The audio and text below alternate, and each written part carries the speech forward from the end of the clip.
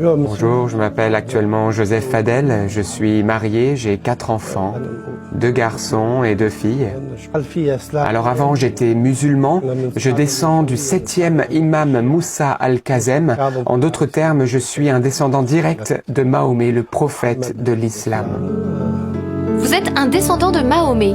Pouvez-vous nous en dire un peu plus sur votre famille ? Mon père est un cheikh à la tête d'un grand clan, un Saïd Moussaoui de la lignée de Mahomet. Mon père était riche, avec de grands moyens, bien sûr. Tout allait bien pour moi dans l'islam. Nous sommes donc considérés comme des musulmans à imiter. Nous devons montrer l'exemple dans l'islam. C'est pour cela que depuis mon jeune âge, j'ai toujours rigoureusement pratiqué l'islam. Comment avez-vous rencontré Jésus ? Alors tout a commencé en 1987 à l'armée. Je rencontre pour la première fois de ma vie un chrétien. Alors en Irak, il y a des chrétiens, mais dans le milieu où je vivais, il n'y avait pas de chrétiens. Je n'en avais jamais rencontré auparavant. J'ignorais tout à leur sujet. Tout ce que je savais d'eux, c'est ce que le Coran nous disait à leur sujet. Alors dans le Coran, j'avais lu que les chrétiens étaient dénommés impies ou impurs. Voilà l'idée que j'avais des chrétiens.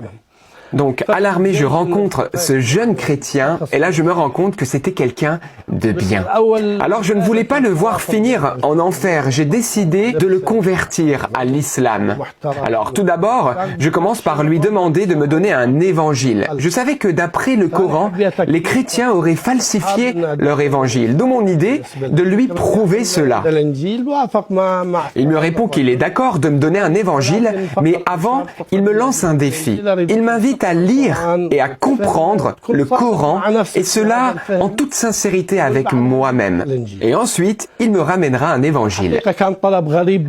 Alors sincèrement, cette demande était un peu bizarre pour moi. Lui, un chrétien qui me demande à moi, Saïd Moussaoui, de lire le Coran, alors que moi je le lisais régulièrement tout au long de l'année. Regardez, rien que pendant le mois du Ramadan, nous lisons le Coran en entier. Et toute l'année, on le lit chaque jour, le Coran, sans compter les prières.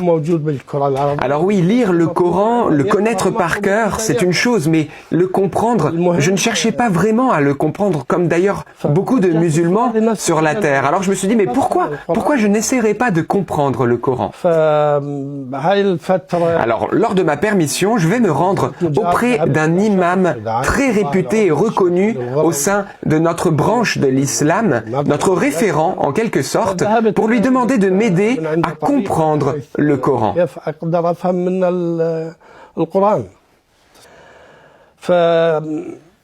Alors, il commence à m'expliquer les prérequis nécessaires pour comprendre le Coran. À vrai dire, si c'était une autre personne que moi qui serait venue le consulter, je crois qu'il l'aurait renvoyé aussitôt, sans satisfaire à sa demande. Mais moi, il me connaissait bien, il me considérait comme son fils. Il commence donc à m'expliquer les prérequis indispensables à la compréhension du Coran. Je dois bien connaître la langue arabe, bien maîtriser la grammaire arabe. Il faut également connaître les abrogeants et les abrogés parmi les sourates du Coran. Il faut apprendre la tradition, etc. Bref, il m'a fait comprendre que si je voulais comprendre pleinement le Coran, il fallait que je lise 500 livres différents pour m'aider à l'interprétation des sourates. J'ai bien senti qu'il tentait de me décourager et de me faire renoncer à cette idée de comprendre le Coran. Il me met face finalement à quelque chose d'impossible à faire. Finalement, je me décide de lire quand même une nouvelle fois le Coran, et cette fois-ci dans le but de le comprendre. Je me suis dit que si j'avais un problème avec l'une ou l'autre des sourates, eh bien j'irai consulter cet imam.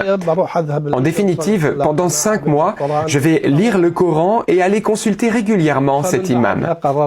Le problème, c'est que lorsque j'allais chez lui avec un problème sur une sourate, je ressortais de chez lui avec 1000 autres problèmes sur cette même sourate. Après avoir approfondi le Coran et vos connaissances sur Mahomet, quelles ont été vos conclusions? Alors ma conclusion après tout cela, eh bien c'était que le Coran ne pouvait pas être la parole de Dieu. Au sujet également de la vie de Mahomet, j'ai commencé à me renseigner en lisant les livres qui font autorité dans l'islam, ces livres biographiques, et je me suis rendu compte qu'il avait tué, volé, commis l'adultère, bref, que ce n'était pas un exemple à suivre. Je vais découvrir à la suite de mes recherches et de mes lectures qu'il a épousé 63 femmes. La première était son aînée de 20 ans et la dernière, elle n'avait que 6 ans. Ce qui est absolument contre nature, inadmissible. Alors à ce stade, je décide d'abandonner l'islam. Quelque temps plus tard, je revois Massoud, ce jeune chrétien à l'armée, et il se souvient qu'il devait m'apporter un évangile. Il me demande si je suis toujours intéressé. Finalement, je dis quand même à Massoud, donne-moi l'évangile et je verrai bien.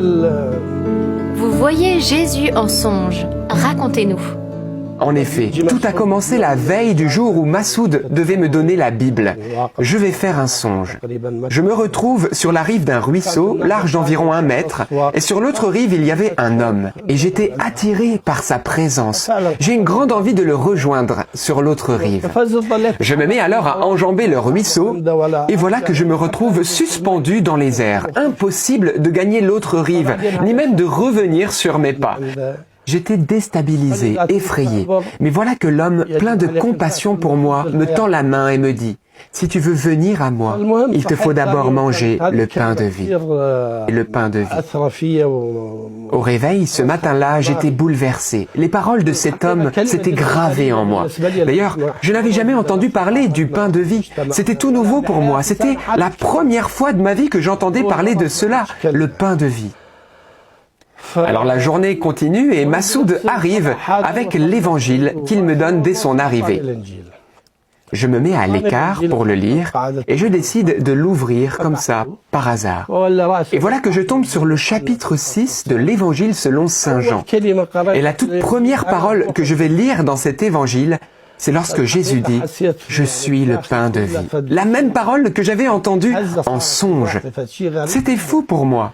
Cette même parole, je suis le pain de vie, à la fois dans l'évangile dit par Jésus et à la fois dans mon songe. Je comprends que cet homme, c'est Jésus. Et je comprends que Dieu m'invite maintenant, personnellement, à lire l'évangile. Et en effet, je vais rencontrer le Christ à travers la lecture de l'évangile. Et je suis totalement saisi par le Christ. Je décide alors de mettre ma foi en lui, de croire en lui. Et par la suite, malheureusement, mes problèmes vont commencer.